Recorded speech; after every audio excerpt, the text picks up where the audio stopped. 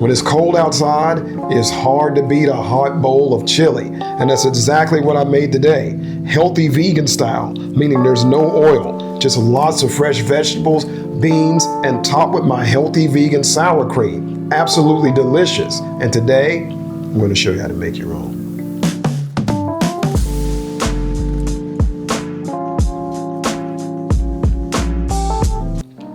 All right, so let's talk about the ingredients we're going to use to make this delicious 3-bean chili.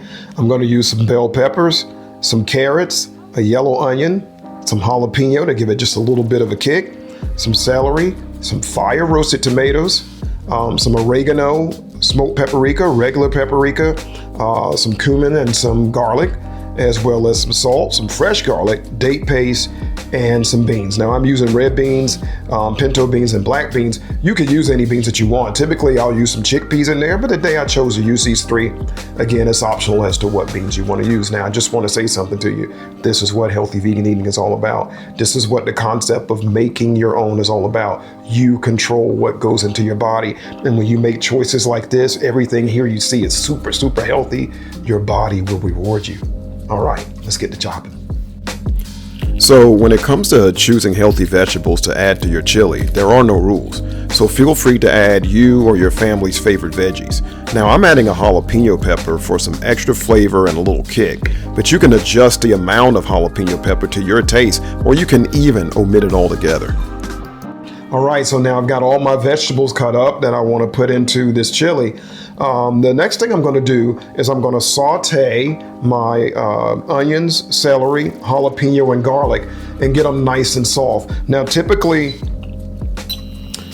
when you saute, you're going to be adding oil to the pan and sauteing your veggies. But this is oil-free cooking, as you know. And so we're going to use water. And we're going to use water to get these veggies nice and soft. And the end result is still going to be delicious without all the added calories of that extra oil. So once I bring my water to a simmer, I'm ready to add my veggies. Now you could use an oil-free, low sodium or no sodium broth for this step, but I'm using water to keep it simple. All right, so now I've got my onions and my celery and my jalapenos about where I want them. They're getting soft there. So now I'm going to add my other vegetables, but before I do, I'm going to add my seasonings. Now, if you were using oil, you wouldn't want to add your seasonings right now because you run the risk of overcooking and even burning. So because I'm using water though, and I'm going to add some more water, this way I can add my seasonings in and I don't have to worry about them absorbing all the water. So this is the part where all of our individual spices come together to work in concert and form one delicious flavor. And then we're ready to add our diced veggies. Okay, so at this point I've got all my veggies added. Now I'm going to add my fire roasted tomatoes. Now I'm using fire roasted tomatoes that I was fortunate enough to get from a local farmer friend of mine. But truth be known, any type of diced tomatoes will work just fine with this dish. All right, so I've got all my veggies and everything added to my pan except for my beans and my date paste. Now I wanted to take a minute and talk about date paste. Now this is the beauty of making your own. You control what goes in. A typical recipe for a chili or a soup, they're going to tell you to add refined sugar, but we don't want to use refined sugar because it wreaks havoc on your body. And then also if you buy a can off the shelf, it might have refined sugar in it, but we're going to add date paste. Now I make date paste all the time because it's my choice to sweeten things, as you know by now. But if you didn't want to make date paste for this particular dish, you could buy a bottled date syrup, organic date syrup, and add it and use it instead of making date paste. But I like to use the paste. That's what I'm going with now. If you're enjoying this video, please like and subscribe below. All right, and last but definitely not least, these super healthy beans are going to be added to our chili, and that's going to bring it all together. So beans are definitely one of my favorite foods, guys. I literally eat them every day, and what's not to like about them? They're high in folate, fiber, protein, resistant starch. Beans are a superfood. Okay, so now we've got everything in our pan, and now it's just a matter of letting this simmer and bringing all those flavors together in concert, and then it's going to be ready. So I'm going to cover it and let it do its thing. All right, our chili is done, and in just a minute, I'm going to let you see the final results.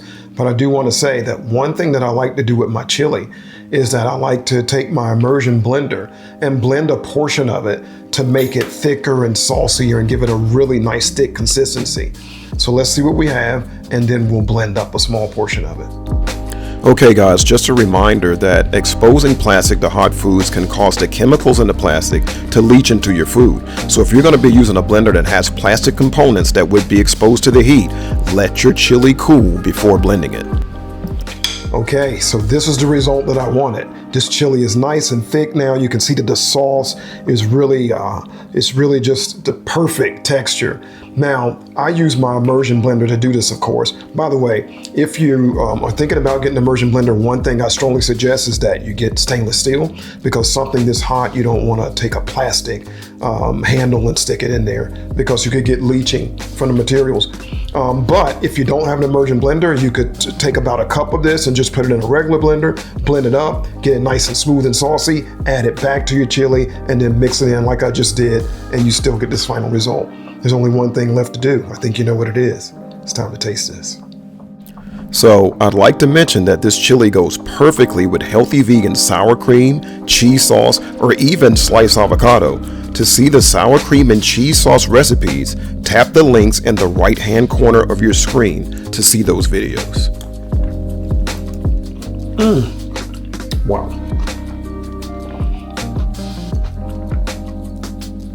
That's very good. The chili is good on its own, but when you mix in the sour cream, oh my God, the combination is amazing. If you had it, you know. If you haven't, you should. This is very good. So if you're new to my channel and you're not sure how to get the recipe, look below the video and tap on the word more. You'll see the beginning of the recipe. Then tap on the word more a second time and you'll see the full recipe, and then you can begin to make your own.